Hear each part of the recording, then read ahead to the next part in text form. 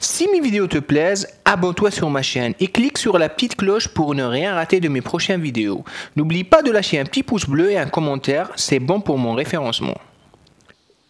Des chercheurs sont en mesure de décrire les bases de la linguistique des primates, et cela après plusieurs années d'études sur les différents types de sons émis par des singes de plusieurs espèces.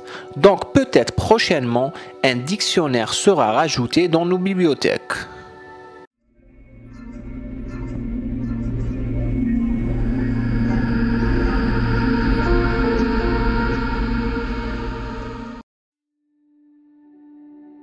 J'ai une petite question à vous poser. Parlez-vous le langage des singes? Pour dire vos premiers mots, des linguistes et des primatologues ont rassemblé leurs efforts pour poser les bases de la linguistique des primates, permettant ainsi de mieux comprendre ce qu'ils se disent entre eux. Au CNRS, le Centre national de la recherche scientifique, qui est une institution de recherche parmi les plus importantes au monde, des scientifiques explorent le vivant, la matière, l'univers et le fonctionnement des sociétés humaines. Donc, au CNRS, et particulièrement à l'Institut Jonico, c'est l'équipe de Philipp Schlenker qui travaille sur ces sujets.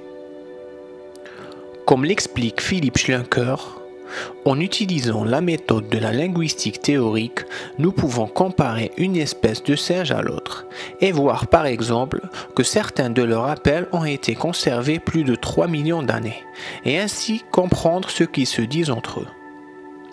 Concrètement, les chercheurs ont étudié les appels émis par plusieurs espèces de primates, et tout particulièrement chez le singe titi et chez des cercopithèques comme le monde de Campbell, ce qui a fait l'objet d'une publication scientifique dans la revue Natural Language and Linguistic Theory.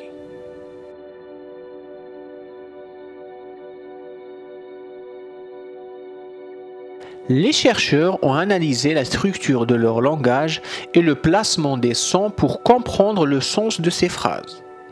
Et les animaux étudiés démontrent des compétences linguistiques étonnantes.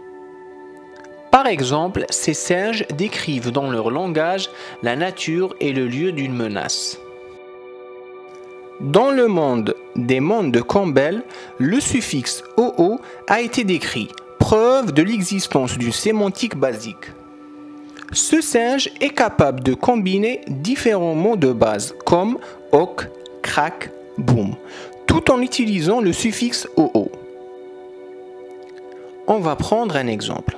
Dans le langage des mondes de Campbell, le hawk veut dire qu'il y a une menace aérienne sérieuse comme un aigle.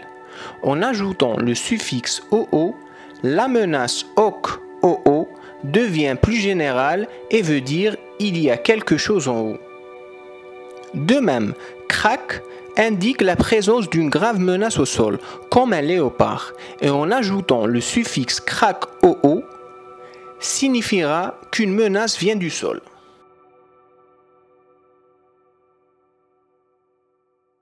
La manière dont les mots sont combinés décrit la nature de la menace et le niveau de danger qu'elle représente. C'est aussi ce qui est observé chez d'autres primates. Ainsi, les singes titi utilisent deux types d'appels, représentés par deux lettres, le A et le B. L'ordre des sons indique quel est le type de prédateur et où il se trouve.